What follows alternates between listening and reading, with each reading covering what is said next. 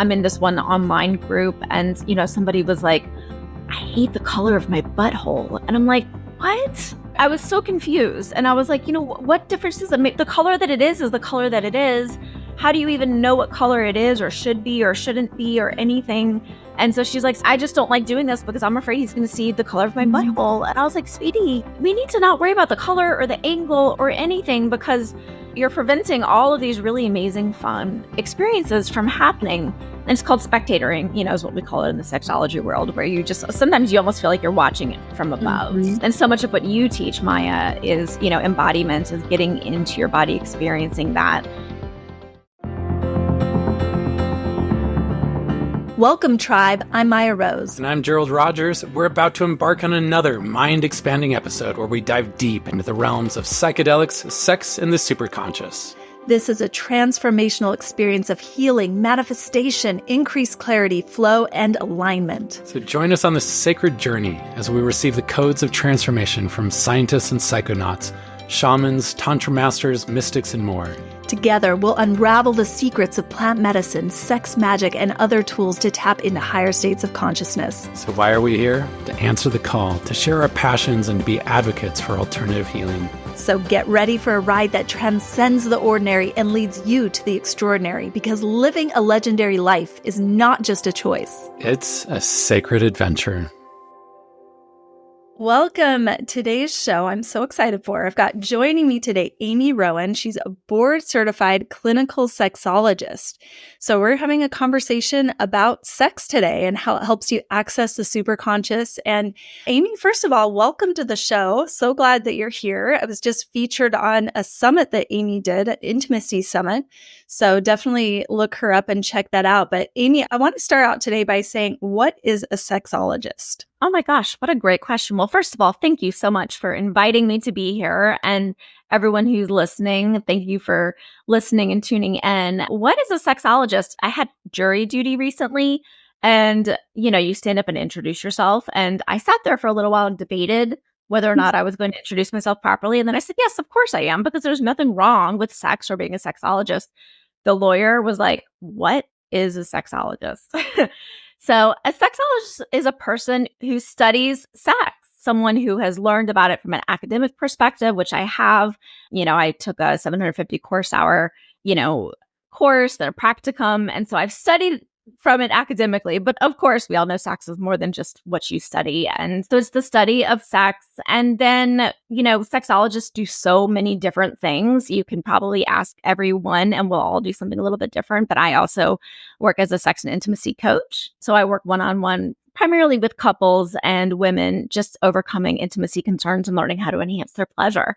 But really, it just means that I've done a deep dive into sex, but there's always, always, always so much more to learn.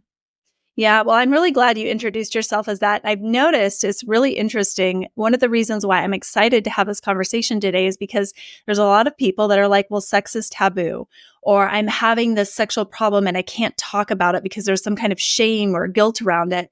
But in fact, sex is one of the greatest ways to access the superconscious. And I know I found so many ways through my sexual exploration with myself and with my partner that has helped me open up to whole new realms of possibility to help me understand myself more, my partner more, the universe more.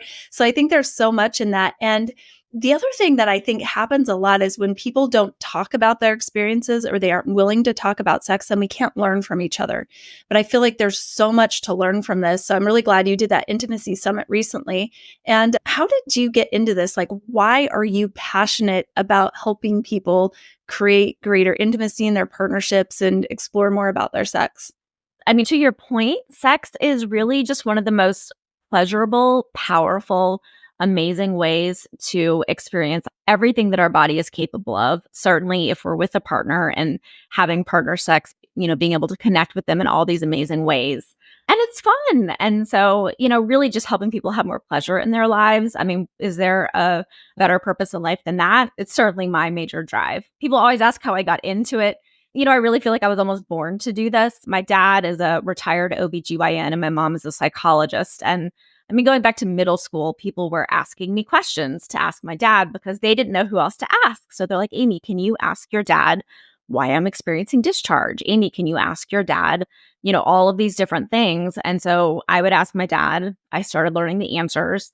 Then it just sparked a lot of curiosity. And so, when the internet came out, I started learning things there long before I was having sex on my own. I think I just sort of became, maybe a little pre-baby sexologist at that point. And then I sold intimacy toys for 13 years and answered so many questions. But my favorite part of all of that was just teaching people how to experience a G-spot orgasm, what the G-spot was, how to experience pleasurable anal play, all of that. And that's what led me ultimately to go ahead and become a certified sexologist. Wow, that's so amazing. Like I think about when I was in junior high, when I was going through my, hormones coming in, I was getting my period and, I came from this very structured culture and religion. And so like my introduction to sex was like a book called The Bird and the Bees that my mom had got like at a religious bookstore. And the whole thing was about birds and bees. I had no idea what sex was. I didn't even know what a clit was until I was in my 30s.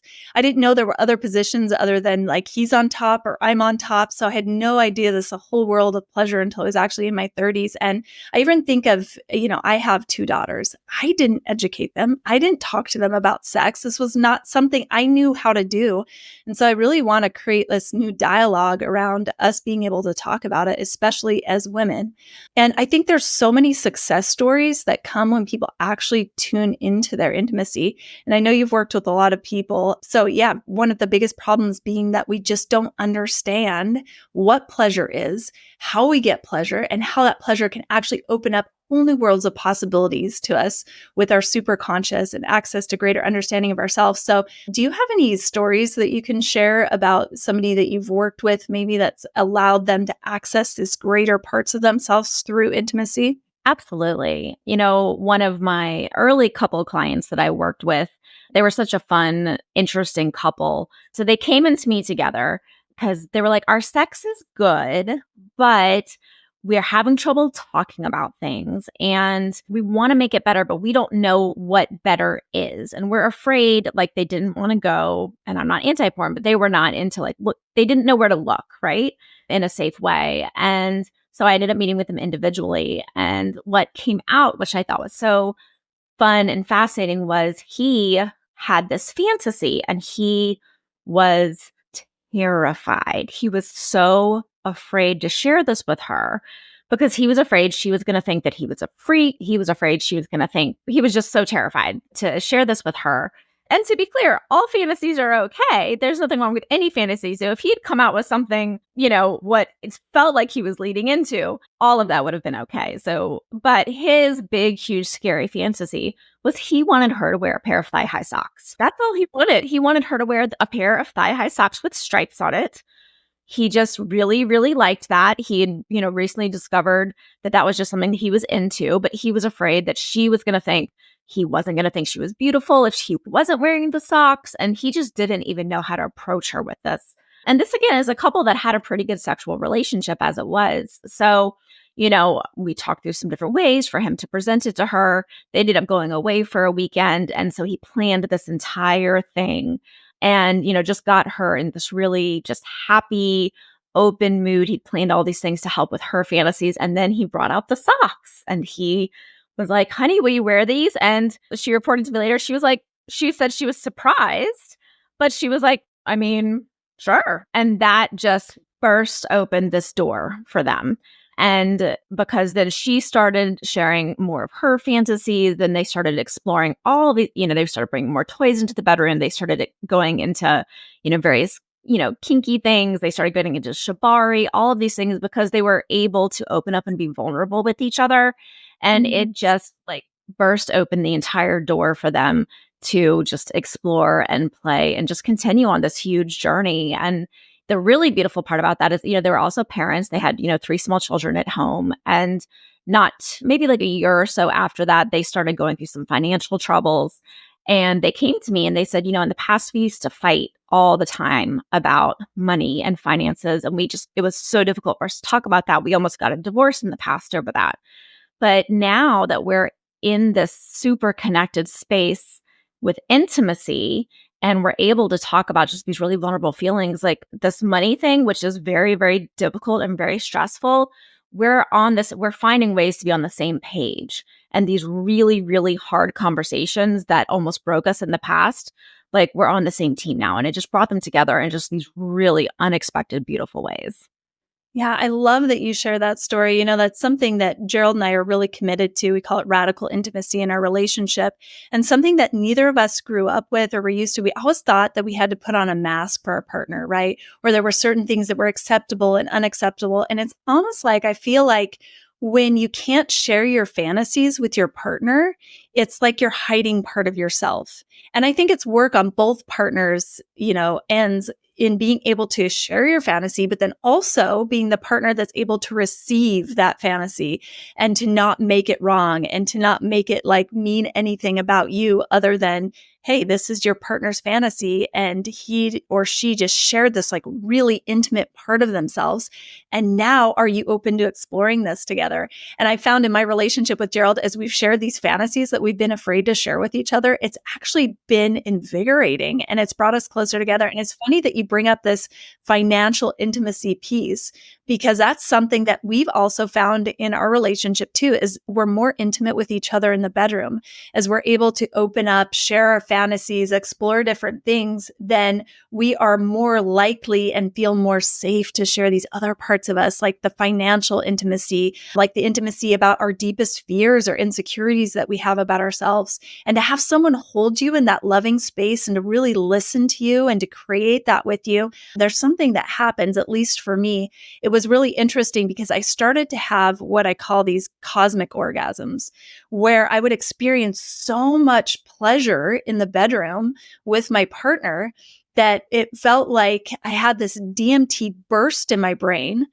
And I was able to be like floating in the space of euphoria where now I'm receiving these answers and these information. And the other thing that I found really fascinating, I think this is worth mentioning, maybe we can dive into it later if we feel called, but is the fact that the brain is actually the most malleable, like in a very malleable state after orgasm.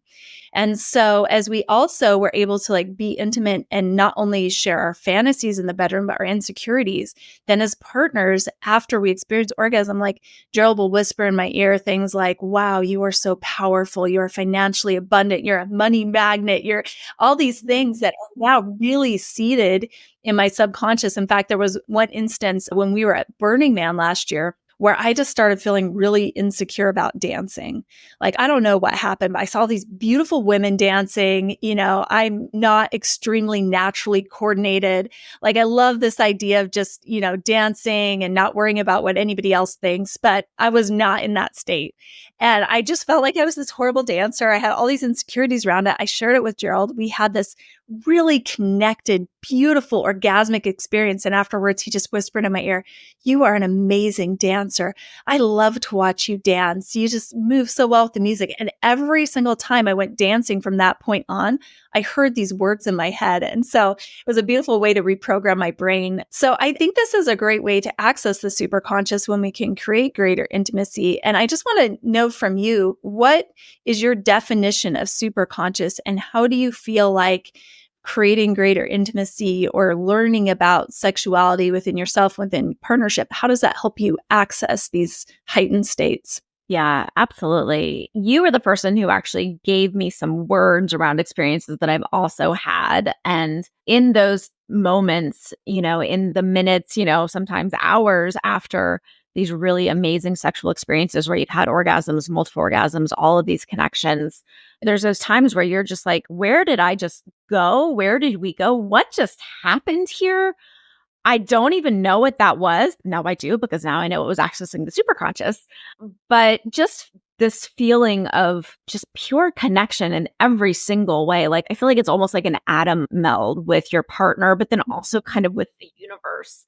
And, I think that there's certainly been experiences where, you're laying there after, just kind of holding each other and you just feel so at one with each other and you feel so at one and all of these amazing just kind of thoughts and creativity.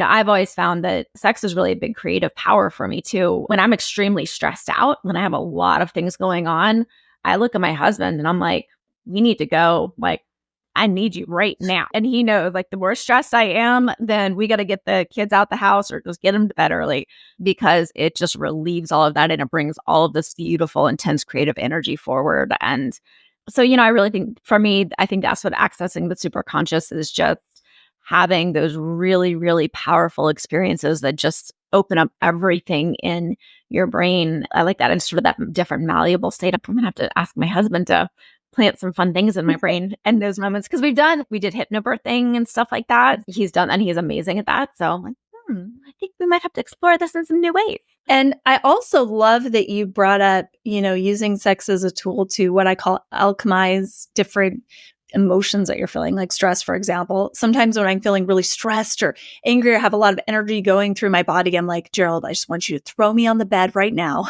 and let's go. This was also an interesting and unexpected way for me to be able to alchemize.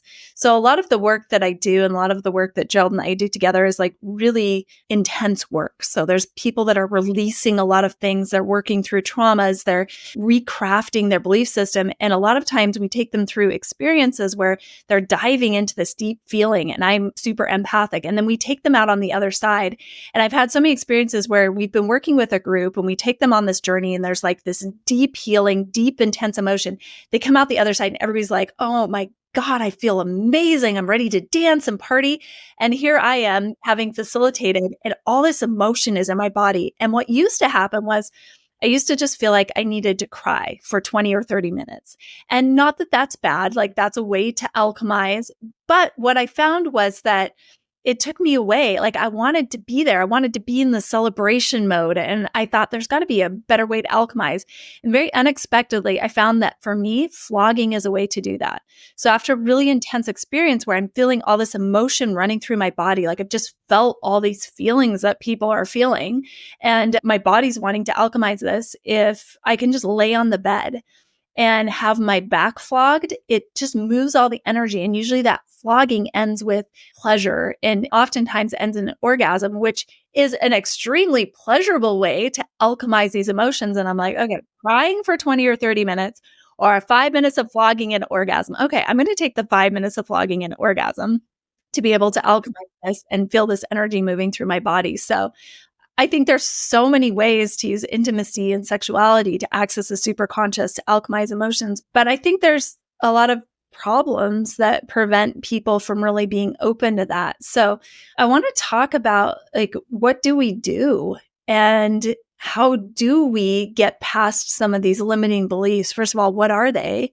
And what do we do with them? How do we create this greater sexuality? And there's so many things that can happen that can prevent us from feeling in tune with our sexuality. Like, I know you've mentioned that you had a double mastectomy, and I'm sure that impacted you, but what are some of the biggest problems that you see that prevent people from really being able to experience pleasure? The biggest one that I hear is I'm stuck in my head. And that can mean a lot of different things. But, I think for a lot of people, they get, either they're trying so hard, it becomes a performance, right? Like, I know my partner is trying to give me an orgasm and I want to have an orgasm. So I'm going to try really, really, really hard to have one. But the harder you try to have one, you're making it impossible, because you can't make an orgasm happen. You also can't stop one once it begins.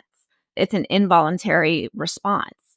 So much of it is just body confidence and just general confidence, worrying about, oh, well, this angle, like, I don't like the way my butt looks like this, or what if he sees my cellulite, or things like that. And, if you're so worried about angles, or I'm in this one online group and, somebody was like, I hate the color of my butthole. And I'm like, what? I was so confused. And I was like, what difference does it make? The color that it is the color that it is. How do you even know what color it is, or should be, or shouldn't be, or anything? And so she's like, I just don't like doing this because I'm afraid he's going to see the color of my butthole. And I was like, sweetie, we need to not worry about the color or the angle or anything, because you're preventing all of these really amazing, fun experiences from happening. And it's called spectatoring, is what we call it in the sexology world, where you just, sometimes you almost feel like you're watching it from above. And so much of what you teach, Maya, is, embodiment, is getting into your body, experiencing that. And, and I think, your practice of radical intimacy, the biggest thing to do is just communicate. I'm feeling insecure about this. and allow your partner, assuming you're in a good, nice, positive relationship, but allowing your partner to say, sweetie, I don't care about the color of your butthole or whatever it is, so that they can reassure you. But, if it is, there's anxiety, there's so many different things. But, I think that getting stuck in our own head, and sometimes it's shame, sometimes it's guilt, maybe it's messages that we were raised with. And so we're hearing, even though we're in a loving relationship, or maybe it's a one night stand or whatever, but you're hearing this, you're bad, the things that you're doing are not okay. And, if it's a shame, if it's a guilt thing, then it's learning how to separate your core values, the values of things that you hold to be important, with beliefs, and the beliefs that are serving you and the beliefs that are not serving you. Because so much of the messaging and stuff that a lot of us were raised with is, sex is sinful, sex is bad, sex is shameful. And if that is just a refrain that's going on in your head, you've got to learn how to pluck those beliefs and separate them out and understand, keep the core values that are important to you, but recognizing these beliefs and slowly starting to excise them. Yeah. And there's something that you said that I think was something that really prevented me in the past from experiencing pleasure. And also, I hear it from a lot of other people, and that is we get so focused on if our partner's receiving pleasure that we then don't receive pleasure. Like if they see this part of me, they aren't going to like it, or are they orgasming, or are they liking this, or am I doing what I need to do to please them? And I think this is a huge dialogue with women too. I think this just goes back to a lot of past beliefs, how we were raised, the porn industry, all of these things that lead us to believe that our job is to make sure our partner is experiencing pleasure, when in actuality, our partner, usually, if you're in a good partnership, they experience the most pleasure when you're actually experiencing pleasure. And yeah, this is really interesting. I was actually having this conversation with a lady. She's a sex worker, and she specifically works with men to help them overcome these, beliefs. And a lot of them grew up in religions or things where they just weren't taught how to have good sexual experiences. So she helps them break through that. But she says when she's working with her clients, her number one priority is her safety. Then her number two priority is her pleasure. And she said, if I'm experiencing pleasure, what I've learned is that my clients will always experience pleasure. And I really thought about this in my relationships and in sex in general. If you're focused on what's giving you pleasure and being able to get out of your head enough to receive that pleasure, it seems like things will just naturally happen that will allow you to experience greater pleasure and intimacy with your partner. But so many people, and I really want to make sure that I say this, that wherever you are in your journey, whether you're experiencing orgasms or not experiencing orgasms, whether you're in your head or not in your head, it's not wrong. Like, this is something that a lot of people are dealing with. And it's just deciding, like, what do you want? And do you want to experience more pleasure? And what's blocking you or stopping you from experiencing that pleasure, so that you can access these euphoric states, so that you can access more radical intimacy, so that, I love what you said about like feeling like you're one with your partner and also one with the universe, because this is really what happens in these heightened states of pleasure. So I would really just love to know, what are some practices or tips that you give your clients to help them get out of their head, to help them be able to be open to receiving more pleasure? One of the first things that I work on with most of my clients and it's around removing these limiting beliefs once you identify some of these things. Because, we have this narrative, right? Here's an example. I had a client when we first started. She's like, Amy, I'm such a prude. Like, I'm just such a prude. And I looked at her and I said, well, if you keep telling yourself that you're a prude, then you're going to believe that. And that is going to, and our minds cannot distinguish between reality and, that which is in reality and that which is not in reality. And so we reframed that. And so we talked through a bunch of different things. And this is fun. I like sort of like developing mantras with my clients. And it's usually a process. And developing a mantra, I always say, it's kind of like finding that perfect pair of jeans. You got to try on a few different ones and just kind of see how they fit. But ultimately, she came up with a mantra is, I am an intensely sexual being. And when we came up with that, and this is how I always know it's the right mantra too, because there's a little smile and then there's a little bit of discomfort.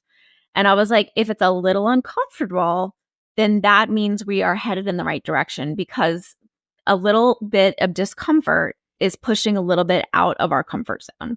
And so I love just taking whatever that belief is, because there's usually some sentence that's just going through your head.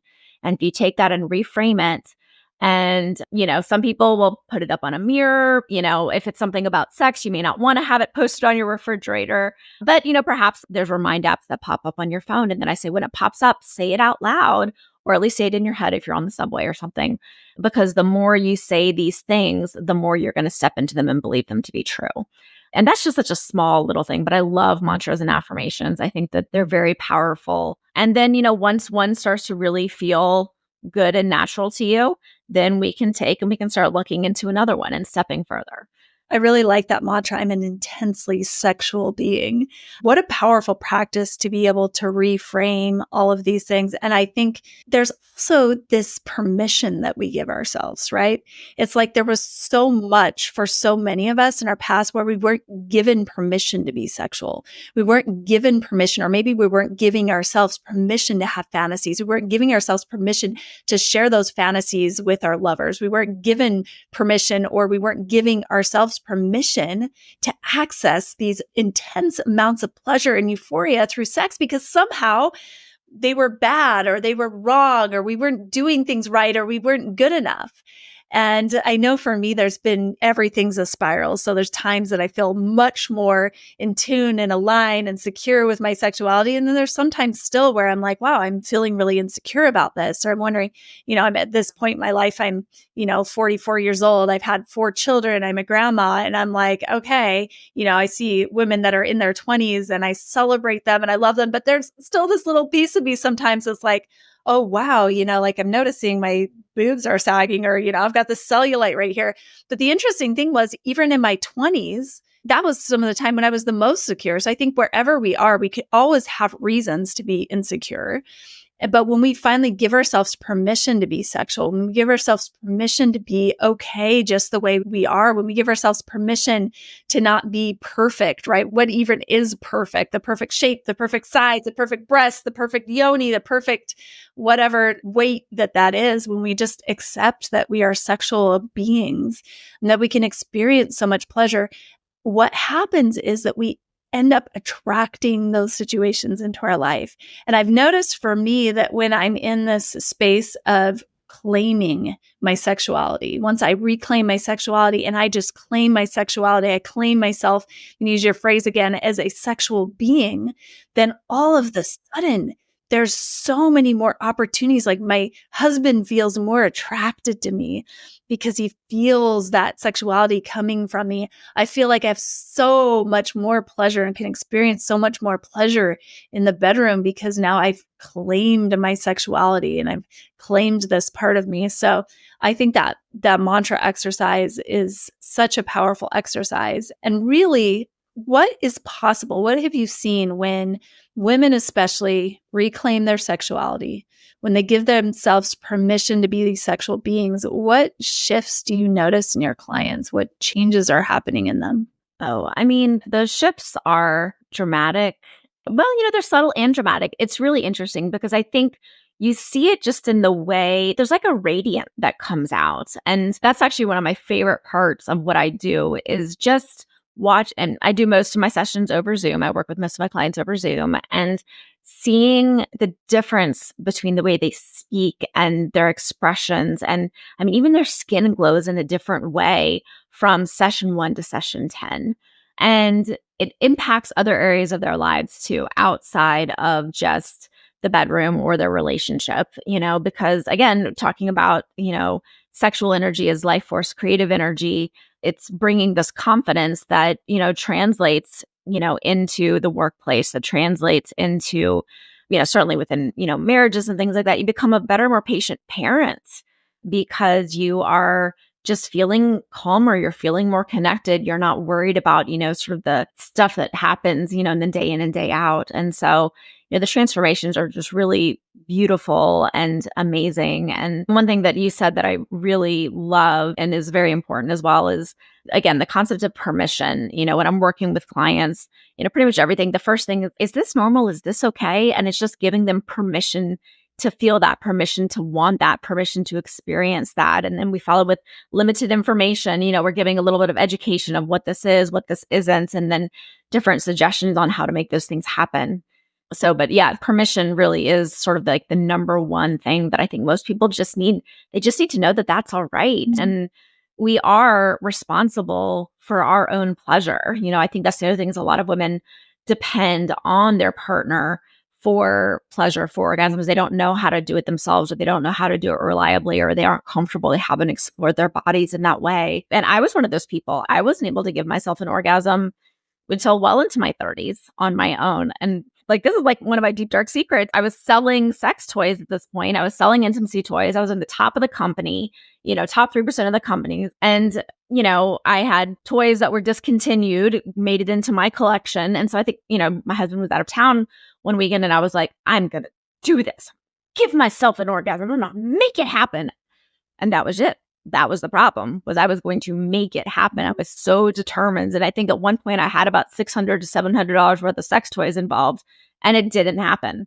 And I was like, what is wrong with me? Why can't I make this happen? But it's because I was making it happen. I was trying to make it happen versus giving myself permission to experience pleasure. And I think that was really sort of one of the big shifts that happened. Yeah, it's such an interesting balance, isn't it? Because I think most women want to experience these orgasms. I talk a lot about cosmic orgasms, which is it's such a euphoric thing. Your whole body goes into these convulsions, and then this DMT is released in your brain and you're burst out into the cosmos. And they're asking me, well, how do I make this happen? Like, tell me the steps. What do I do? And I'm like, well, the biggest key is just to know yourself. Give yourself permission to experience pleasure and then surrender, and it'll happen when it happens. But if you're trying to make it happen, if you're thinking about it, then you're in your head and it's not going to happen. So I think that's really valuable to bring up too, is just take the pressure off. It's just like allow yourself to be in the experience. Give yourself permission to experience whatever pleasure. If you orgasm, great. If you don't orgasm, great. If you have a cosmic orgasm, great. If you don't, maybe you will, maybe you won't. That's okay. But the biggest thing is just to be able to allow yourself to experience that pleasure and to give yourself permission to have it. And it's funny that you tell your story of not even being able to give yourself an orgasm till you were in your 30s. I was the opposite. I don't even remember how young I was when I started masturbating. I had this pleasure button on my body that just felt so good. Yeah. In fact, when I was in first grade, I got sent home for masturbating in class. I didn't know what was wrong. I'm like, I'm kind of bored of the teacher talking about something. I'm just going to touch myself while she talks about this. And next thing I know, my dad's picking me up from school. I'm like, hey, Dad, my poor dad too, by the way. My mom worked during the day. So my dad's the one and he's just this most proper man who gets red in the face when he says the word bra, would never buy me tampons when I was a teenager. That's mom's job. And he's like, yeah, that's not something that you should do, especially in class. And I remember this awkward discussion with him. But from that, I got, oh, this is bad. This is something I really like, but I can't let anybody know about this. This is wrong about me. I shouldn't be touching myself. I shouldn't be experiencing pleasure in this way. This is evil. And I really liked it and still did it, but had so much shame and guilt around it for such a long period of time that when I did finally, reclaim my sexuality and give myself permission to actually experience pleasure, it was so beautiful to let go of the guilt and shame and to just be like, wow, this is just something that, my body's created this way. And I experience a lot of pleasure through this, and there's nothing wrong with this. In fact, it's really beautiful. So yeah, wherever you are, if you're listening to this, like it's okay. And it's just about where do you want to be and how do you find the ways to give yourself permission to get there. And then instead of making something happen, just surrendering into it. So we just got a few more minutes, but I have a question for you. Would you be willing to share one of your experiences that you've had that just felt super connected and pleasurable and what you did to create that? Oh, wow. I'll talk about something I've never talked about before. But, my husband and I, a few years ago, we started exploring, kinky things. It was a thing that he put some eye bolts into the ceiling and started hanging stuff up. And it was a lot of fun.